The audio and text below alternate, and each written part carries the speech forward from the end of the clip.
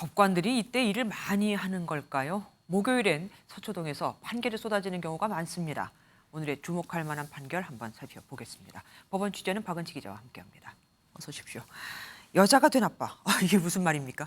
네, 아빠였던 사람이 성전환 수술을 받고 가족관계 등록부에 여성으로 기재해달라고 한 사건입니다. 사회적으로 여성으로서 활동하고 있는 이 신청인은 10대 미성년 자녀를 두고 있었는데요.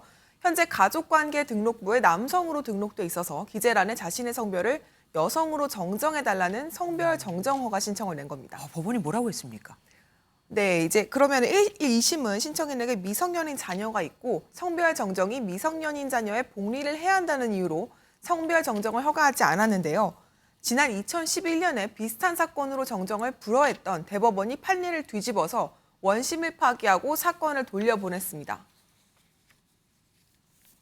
이 성별 정정이 개인의 권리로서 누구나 자기의 성별을 표현하고 드러내고 존중받을 수 있는 권리라고 볼 수 있습니다. 근데 그 부분을 대법원이 확실하게 짚어준 거는 의미가 너무 큽니다. 정확히 왜 판결이 바뀐 겁니까? 네, 말씀드렸듯이 기재된 성별을 바꾸는 게 미성년 자녀의 복리에 반한다는 이유로 성별 정정을 불허해 왔었는데요. 대법관 11명은 다수 의견으로 성전환자의 기본권 보호와 미성년 자녀의 보호 및 복리가 조화를 이뤄야 한다며 여태까지의 결정을 파기했습니다. 성전환자의 인간으로서의 존엄과 가치를 보호해야 하며 사회적 관계의 핵심인 개인의 가족 생활을 국가가 보호해야 한다는 겁니다. 또 성전환자가 가족관계 등록부상 성별을 바꾸더라도 미성년 자녀와 친자 관계가 달라지지도 않고 자녀의 권리를 크게 훼손한다고 볼 수도 없다고 했습니다. 그러면 앞으로 트랜스젠더들의 경우 자유롭게 가족관계 서류, 그 성별을 바꿀 수 있는 겁니까? 네, 방금 중요한 질문을 해주셨는데요. 대법원이 판례를 변경한 건 결혼한 상태가 아닌 사람에게 미성년 자녀가 있는 경우에 한정이 됩니다. 이번 청구인은 이혼한 성전환자였기 때문에 가능한 거고요. 청구인이 만약에 부부였다면 법원의 판단이 달라질 수도 있었을 겁니다. 미성년의 자녀가 있다는 것만으로 성전환자의 성별 정정을 불허할 수는 없다, 이 얘기입니다. 냉동육은 신선육이다. 이게 무슨 말입니까? 네, 마트에 꽁꽁 얼린 냉동육 보시면 저게 얼마나 된 건지 언제 도축된 그렇죠. 건지 좀 불안할 때 많으시잖아요. 네. 대법원이 냉장으로 유통하던 닭고기 제품을 냉동한 뒤 유통기한 24개월 스티커를 붙여 납품한 가공업체에 대해 허위 표시라며 유죄를 선고했습니다.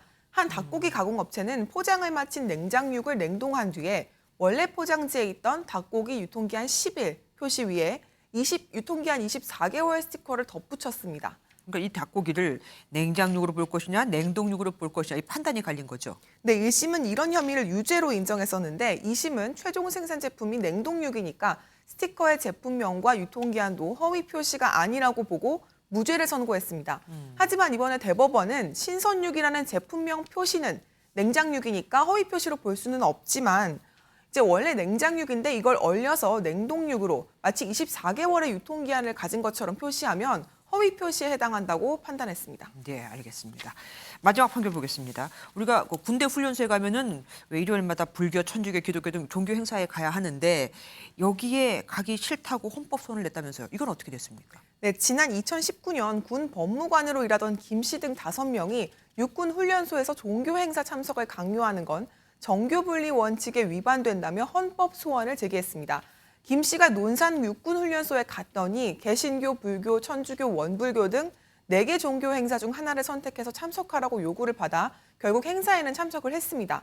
헌법재판소는 종교시설에서 개최되는 행사에 참석을 강제한 것만으로도 신앙을 가지지 않을 자유와 종교적 집회에 참석하지 않을 자유를 제한하는 것이라고 판단했습니다.